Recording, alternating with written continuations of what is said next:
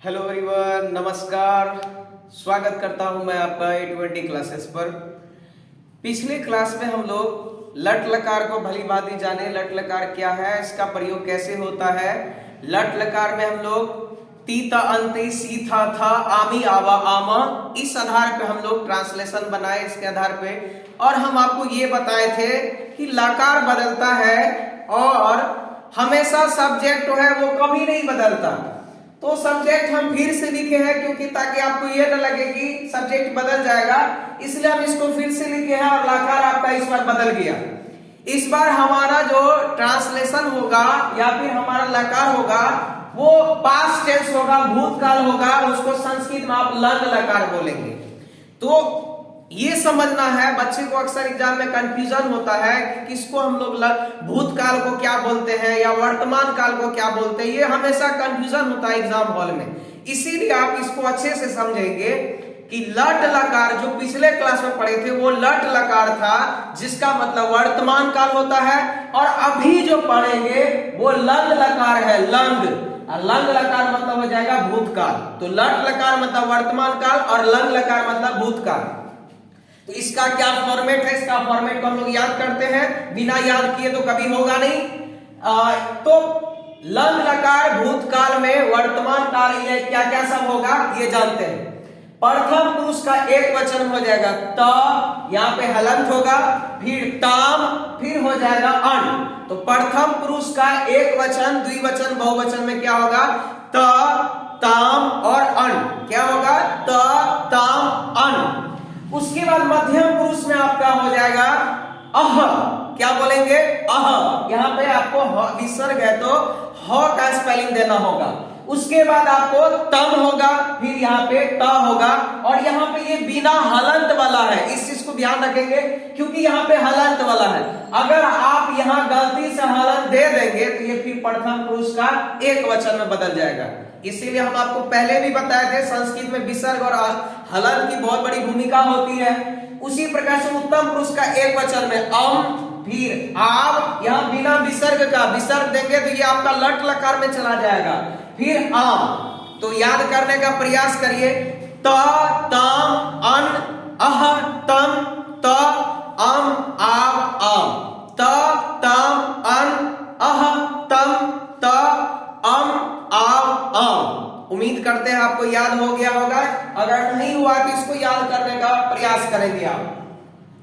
तो इसका प्रयोग देखते हैं कि इसका कैसे कैसे प्रयोग करते हैं। जैसे आप पिछले लकार में किए बस वही है, आपको उसी प्रकार से इसका भी प्रयोग करना है। कैसे करेंगे यहाँ पे देखिए। इसका ट्रांसलेशन कैसे आएगा तो हम बताए, या आप जानते भी हैं कि पास्ट टेंस में जब अगर कोई सेंटेंस होता है तो वो जो होता है आपका, उसमें जब भी क्रिया होगा उस क्रिया से कार्य की समाप्ति का बोध होगा, यानी कि आपका काम जो है वो हो चुका होगा। तो अगर आपका कोई सेंटेंस दिया है, उस सेंटेंस को पढ़ने के बाद अगर भाव आता है कि काम समाप्त हो गया है, उसको हम लोग पास्ट टेंस बोलेंगे, आप हिंदी में भूतकाल बोलेंगे, और उसी को संस्कृत में लंग लकार कहेंगे और उसमें लंग लकार का प्रयोग करेंगे। तो जैसे यहाँ पे कुछ ट्रांसलेशन दिया गया है, आप इसको पढ़िएगा तो आपका ये भाव आएगा कि यहाँ पे जो है काम समाप्ति का बोध हो गया। जैसे हम आपको बता रहे हैं मैं गया, तो मैं गया से क्या सेंस आता है, आप एक सेंस लगाइए। मैंने जाने का काम कर लिया। तो मैं गया से क्या काम सेंस आ रहा है, मैं जाने का काम कर लिया। तो जब ऐसा सेंस आएगा तो उसमें आपका लंग लकार होगा। जिस प्रकार से आप वाज वेयर का प्रयोग करते हैं ना, उसी प्रकार से आपका यहाँ पे लंग लकार होगा। तो मैं गया, यहाँ पे अगर आकर का भी सेंस आता वो भी आपका पास्ट टेंस का सेंस क्रिएट करता है। या था थे भी रहेगा तो तब तो कोई बात ही नहीं है, तब तो आराम से हो जाता है। तो यहाँ पे तुम खाए थे, नहीं लग रहा है कि खाने का काम मैंने कर लिया, या फिर ये यहाँ पे तुम का, ये तुम जो है यहाँ पे जो भी है वो खाने का काम कर लिया। तो इससे, और यहाँ पे हम लोग खेले थे। इस बार हम क्या किए हैं कि क्रिया अलग अलग ले लिए हैं। उस पिछले वाले में एक ही क्रिया था खाने का, लेकिन यहाँ पे हम काम को अलग अलग लिए हैं। यहाँ पे जाने का काम हो रहा है, यहाँ पे खाने का काम हो रहा है, यहाँ पे खेलने का काम हो रहा है, यहाँ भी खेलने का, यहाँ पे पढ़ने का। तो अलग अलग हम क्रिया लिए हैं। तो यहाँ पे देखेंगे और इसका प्रयोग करेंगे, आखिर कैसे कैसे इस लकार का प्रयोग करेंगे। तो आइए हम बनाने का प्रयास करते हैं आपको। और एक चीज ध्यान रखना है कि लंग लकार का जब हम लोग लकार लगाएंगे तो लकार लगा देंगे और शुरू में जो है ना हम लोग अ का प्रयोग करेंगे। कैसे, तो हम आपको बता रहे हैं। जैसे यहाँ पे ये ट्रांसलेशन है मैं गया, तो मैं का संस्कृत आप यहाँ से देख रहे हैं कि यहाँ पे मैं का संस्कृत अहम है, तो मैं का संस्कृत आप क्या लिखेंगे, अहम। यहाँ पे हम लिख दिए अहम, मैं का संस्कृत हो गया अहम। यहाँ पे काम देखना है कि काम क्या हो रहा है। गया मतलब वो गया जिला नहीं है बिहार का, यहाँ पे गया का सेंस ये आ रहा है कि जाने का काम मैंने कर लिया, तो यहाँ पे जाना का ही सेंस हो रहा है। जाना का संस्कृत क्या होता है, गच्छ। जाना का संस्कृत क्या होता है, गच्छ। रियल में ये जाना का संस्कृत गच्छ नहीं होता है, रियल में जाना का संस्कृत गम होता है, लेकिन अक्सर प्रयोग में आपका गच्छ ही होता है। इसलिए सभी लोग जानते हैं कि जाना का संस्कृत गच्छ होता है, लेकिन ऐसा नहीं है। जाना का संस्कृत रियल में गम होता है। ये हम आपको एक अलग से स्पेशल वीडियो बनाएंगे और उसमें ये आखिर क्यों होता है, कैसे होता है, क्या रीजन है, ये हम आपको अच्छे से बेहतर तरीके से समझाएंगे। फिलहाल हम लोग ये जानते हैं इस लकार का कैसे प्रयोग होता है, ये जानने पर हम लोग इसे बल लेते हैं। तो मैं यहाँ पे मैं का संस्कृत आप लिख दिए, जाना का संस्कृत गच्छ लिख दिया। अब लकार लगाने की बारी, आप ये जानते हैं कि सब्जेक्ट का नाम हम लकार लगाएंगे, तो ये आपका उत्तम पुरुष का एक वचन है, तो लकार भी वही लेंगे। उत्तम पुरुष का एक वचन में यहाँ पे आप क्या देख रहे हैं, अम।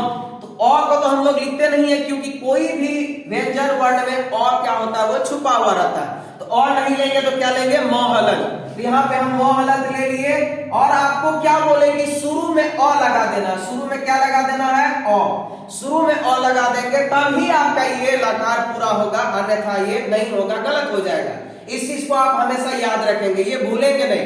अगर आपको यही चीज यहाँ पे क्या करेगा एग्जाम में, इसी को यहाँ पे अंडरलाइन करके दे देगा, कहेगा कि इसमें कौन सा लकार है, आपको लट लकार रहेगा, लंग लकार रहेगा, लिरिट लकार रहेगा, लोट लकार रहेगा, विधिलिंग रहेगा, तो उसमें से आप ये जानेंगे। आप ये जान रहे हैं कि अगर किसी भी लकार में शुरू में और आता है तो वो क्या होता है, लंग लकार होता है। तो आप आराम से कर सकते हैं। अगर आप पीछे का लकार अगर भूल गए, नहीं दिमाग में आ रहा है, तो आप इसके आधार पे आप जान जाते हैं। लेकिन आपको हमेशा ये ऐसा नहीं होगा, कहीं कहीं एक्सेप्शन है, कहीं कहीं पे आ जाता है। जैसे कि आना का संस्कृत आगच होता है, आना का संस्कृत आगच होता है, तो आगच में आपको यहाँ पे और नहीं लगाना पड़ेगा। क्यों, जब संधि चैप्टर पढ़ेंगे ना, तो वहां पे हम लोग ये जानेंगे कि अ प्लस आ जो मिल करके होता है वो आ बन जाता है। इसी वजह से अ को हम लोग नहीं लिखते हैं, वो साइलेंट रहता है, छुपा हुआ रहता है।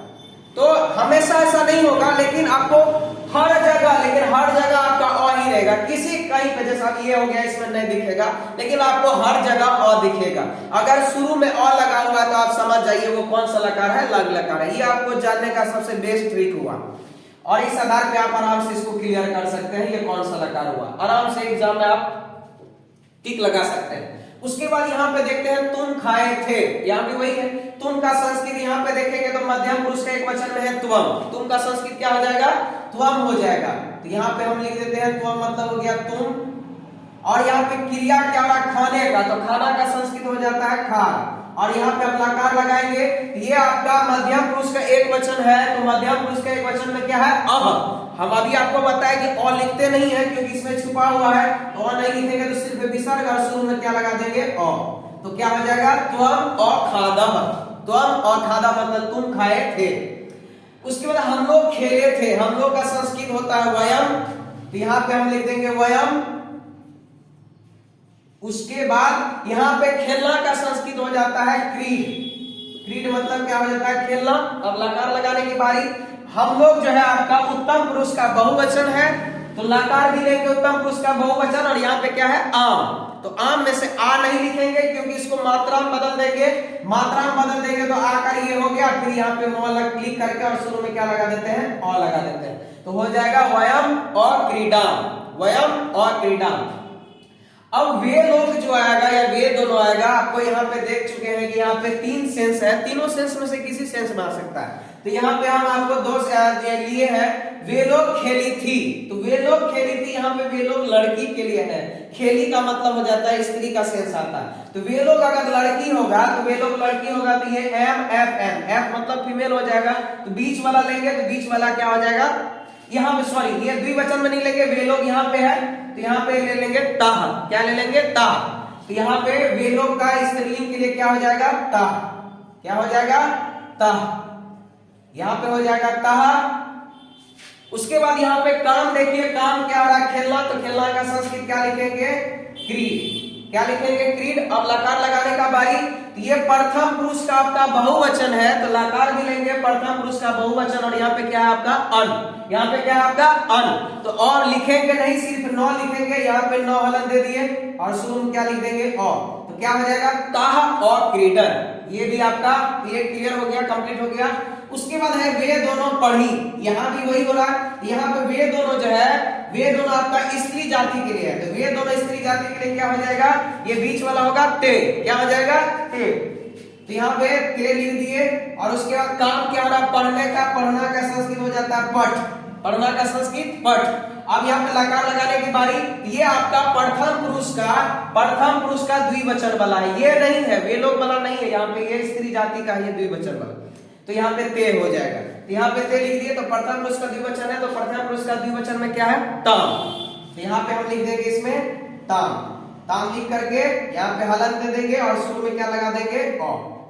इस प्रकार से आपका ये सेंटेंस पूरा हुआ। इसी आधार पे आप लंग लकार का प्रयोग करेंगे जब भी आपका सेंटेंस आएगा। हालांकि अभी हम जो भी सेंटेंस ले रहे हैं बिल्कुल छोटा छोटा सा सेंटेंस ले रहे हैं, क्योंकि हम आपको अभी आपका लर्निंग टाइम है। आगे बढ़ते जाएंगे, आपका ये ट्रांसलेशन का जो सेशन होगा स्पेशल चलाएंगे और लंबा लंबा एग्जाम के दृष्टिकोण से जो सब ट्रांसलेशन पूछा जाता है वो। अभी हम आपको ट्रांसलेशन नहीं सिखा रहे हैं, बल्कि हम आपको लकार का प्रयोग कहाँ पे होता है, कैसे होता है, ये सिखा रहे हैं। जब ट्रांसलेशन पढ़ाएंगे अच्छे से आपको, तब हम आपको ट्रांसलेशन का अलग से सेशन बना करके आपको वो दिखाएंगे, वो आपको समझाएंगे। तो उम्मीद करते हैं ये भी लकार आपको समझ में आया होगा। तो समझ में आया है तो आप लोग इसको ज्यादा से ज्यादा शेयर करेंगे।